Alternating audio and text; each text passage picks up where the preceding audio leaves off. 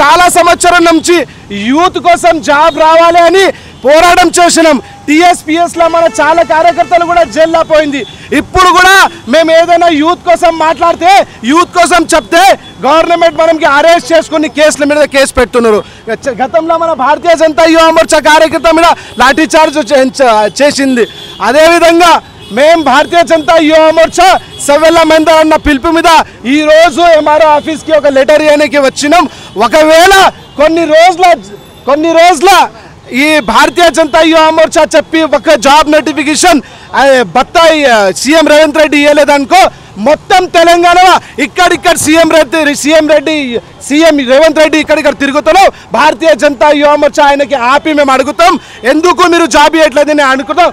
అదేవిధంగా ఆయన మినిస్టర్ కానీ కాంగ్రెస్ పార్టీ అని అందరికీ మేము రిక్వెస్ట్ చేస్తున్నాం, ఇప్పుడు ఇమీడియట్ జాబ్ నోటిఫికేషన్ రిలీజ్ చేయాలి. బత్తా ఏదైతే బత్తా చెప్పినారో అది కూడా చేయాలని మేము ఆలోచన ఉంది. మేడం మాట్లాడు తెలుగు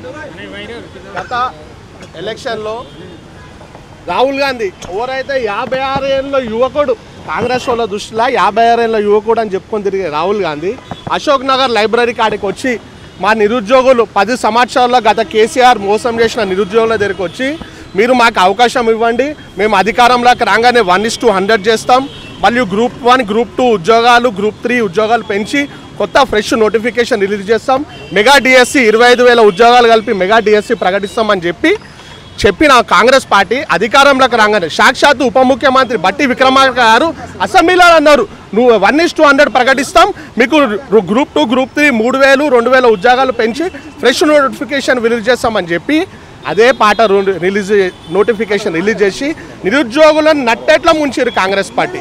అదే బల్మూరు వెంకట్ ఏదైతే నిరుద్యోగులు ఎంబడి పోయి ధర్నా చేసి నా పక్క బొక్కలు ఇరిగినాయి, నా కాలు చేతులు ఇరిగినాయి అని బడబాజ్ మాటలు చెప్పినారు బల్మూరు వెంకట్, ఎమ్మెల్సీ పదవి రాగానే కాముషున్నాడు.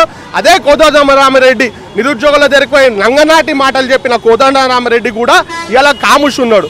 కానీ నిరుద్యోగుల కోసం ఒక గిరిజన బిడ్డ అన్న మోతిలాల్ నాయక్ అనే ఒక గిరిజన బిడ్డ ఆమరణ నిరాహార దీక్ష చేస్తే మేము యువ మోర్చా రాష్ట్ర అధ్యక్షుడు మహేందర్ గారి నేతృత్వంలో మేము అందరం అక్కడికి వెళ్ళి ఆయన పరామర్శించడానికి వెళ్తే మా పైన లాఠీ చార్జీలు చేసుకుంటా, మాపై దుర్భాషలు ఆడుకుంటా, మాపై అక్రమంగా కేసులు పెడుతున్నారు.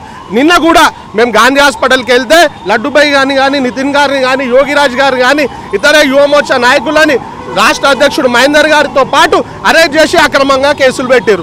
మేము మీ ద్వారా కాంగ్రెస్ పార్టీని హెచ్చరిస్తున్నాం, బిడ్డ మీరు ఏదైతే హామీ ఇచ్చిరో అది అమలుపరచకపోతే గాంధీ భవన్ని తగలబెడతాం, మీ ఇళ్లను ముట్టడిస్తాం. 8వ తారీఖున రాష్ట్ర అధ్యక్షుడు మహేందర్ గారి నేతృత్వంలో సీఎం క్యాంప్ ఆఫీస్ అయిన రేవంత్ రెడ్డి ఇల్లుని భారీ ఎత్తున ముట్టడించి గట్టిగా చేస్తాం. నిరుద్యోగుల పక్షాన నిలబడతాం, మా పైన లాఠీ ఛార్జీలు అయినా భరిస్తాం, ఎన్ని అక్రమ కేసులు పెట్టినా మేము భరిస్తాం. నిరుద్యోగులకు న్యాయం జరిగేదాకా యువ మోర్చా అంటగా ఉంటుంది. మహేందర్ గారి నేతృత్వంలో గట్టిగా కొట్లాడతాం. తెలంగాణ ఉద్యమం నుంచి కూడా యువత అయితే ఏదో ఆశలు పెట్టుకొని ఈ రాష్ట్రంలో మా బతుకులు బాగుపడాలంటే, మా కుటుంబాలు బాగుపడాలంటే, ఈ రాష్ట్రం బాగుపడాలంటే పోరాడి తెచ్చుకున్న తెలంగాణలో 10 సంవత్సరాలు ఆ దొర ఏలి అనేక మంది యువత ప్రాణాలు పోవడానికి కారణమైనడు.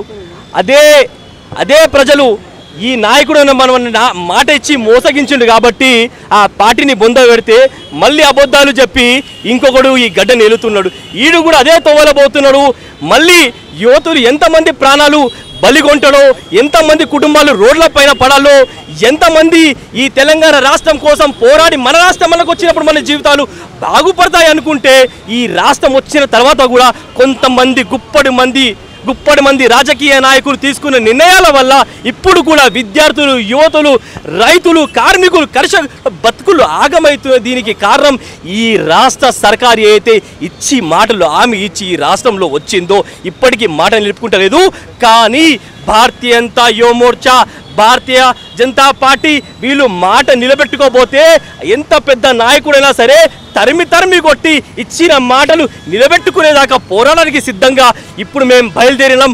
భవిష్యత్తులో ఇలాంటి యుద్ధాలు ఎన్నో కొనసాగించడానికి కూడా సిద్ధంగా ఉన్నాం. అదేవిధంగా వీళ్ళ ఇంతకుముందు మిత్రుడు చెప్పినట్టు 56 ఏళ్ళ యువకుడైనటువంటి రాహుల్ గాంధీ ఈ దేశంలో పుట్టి ఈ దేశ సంస్కృతిని ఈ దేశ దేవుళ్ళని అవమానపరుస్తుండు. ఈ సోంటోలని రాజకీయ సమాధి చేయబోతే హిందువుల ధర్మం అనేది ఒక ప్రశ్నార్థకంగా మారుతుందని అందరూ తెలంగాణ ప్రజానికం కాదు యావత్ విశ్వంలో ఉన్న ప్రతి ఒక్క హిందూ జనవాహిని మేల్కోన ఎంత అవసరం ఉంది. తప్పకుండా దీంట్లో లాలూ ప్రసాద్ యాదవ్ తనయుడు దానికి సంబంధించిన వ్యక్తులు ఎవరెవరున్నారో దాన్ని తొవి మరీ బయటికి తీస్తుంది. మావోడైనా పరాయోడైనా తప్పు చేస్తే శిక్ష అనుభవించాల్సిందే. ఇది భారతీయ పార్టీ నినాదం. అదే విధంగా మా పనితనం కూడా అదే ఉంటుంది.